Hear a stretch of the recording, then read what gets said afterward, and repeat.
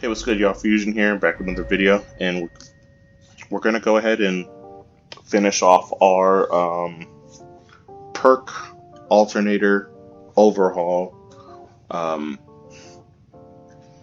modding spotlight. Basically, I went over mages and thieves um, on my last two videos, so go ahead and check the description for those, and you can definitely watch that, as well as go to my other channel. I am doing a lot of gameplays on that, walkthroughs on my build here, which is my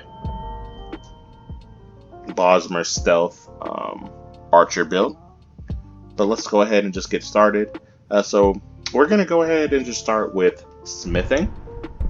Basically, what it does is makes it easier to get better smithing options.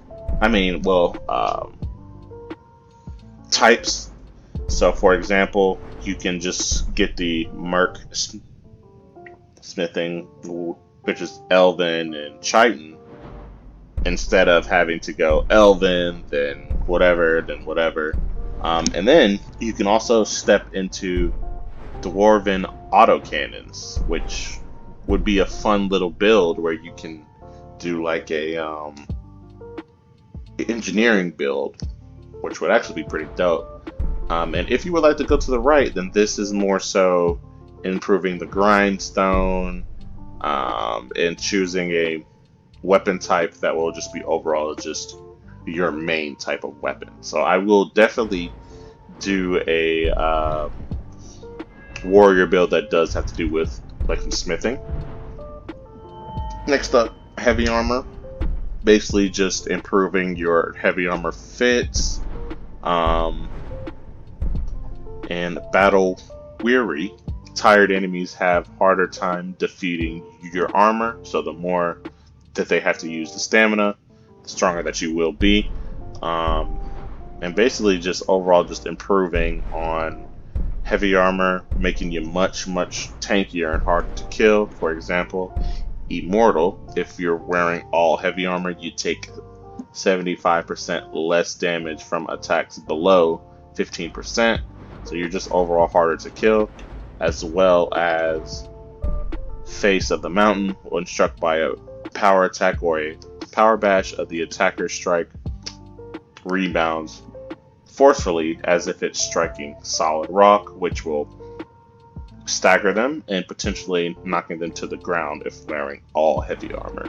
So I think that that's dope. That just makes you a whole lot harder to kill.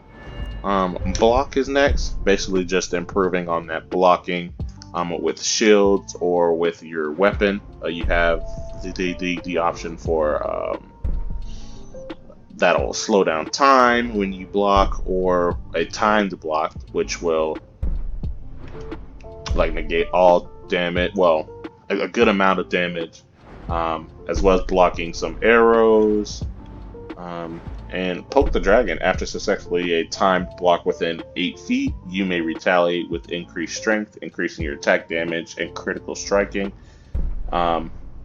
Dragon scale, you take no damage from attacks during a timed block as long as you have stamina.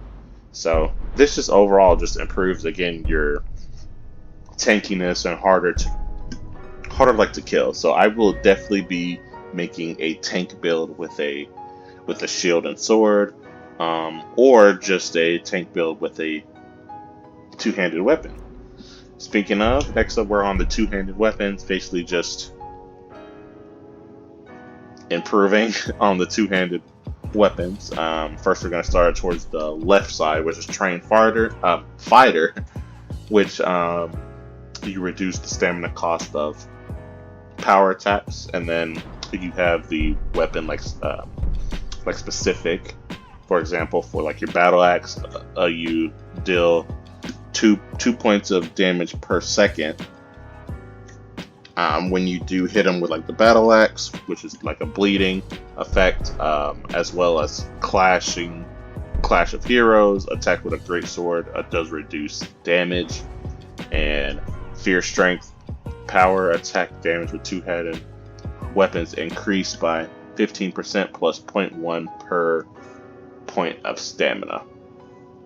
And you get to unlock some decapitations.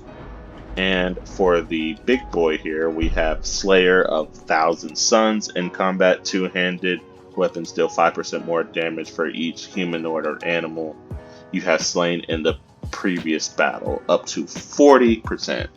So I'm just thinking that if you ever make a really, really tanky build and you just want to go crazy, put on like the two-handed weapon and heavy armor and just go nuts.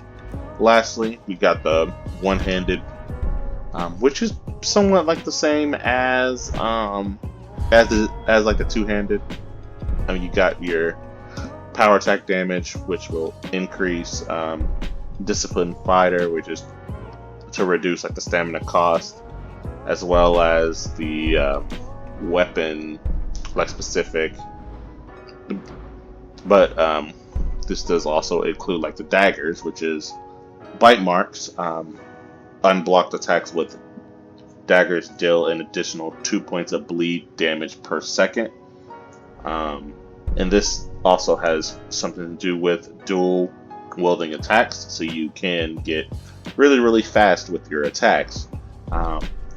For my stealth build, I do run a double dagger setup, so I attack quite quickly with Ravage and soon to be Man of War, as well as all of these other ones here. And then I'm going to go ahead and go to the big boy here, which is Ordinator-Warrior. So whenever you defeat at least 4 animals or humanoids in a single battle, you gain a permanent 1% bonus to one-handed damage, and this effect stacks up to 20%. So basically, you get a lot of value with these perk points, and they are all very, very helpful for your warrior class. Like if you were making a extreme tank with your heavy armor block and your one-handed, you will just be harder like to kill. But if you want to go more just a dual wielding monster, then you can definitely invest a lot in your one-handed. Same thing with your two-handed, just being that much stronger and dealing that much damage with a slower attacking weapon. But yeah, so that's about everything. I already did touch on archery with the stealth build, which it could also be said for the warrior. But yeah, so like, comment, and share. I will be doing more of these mod spotlights as I go on.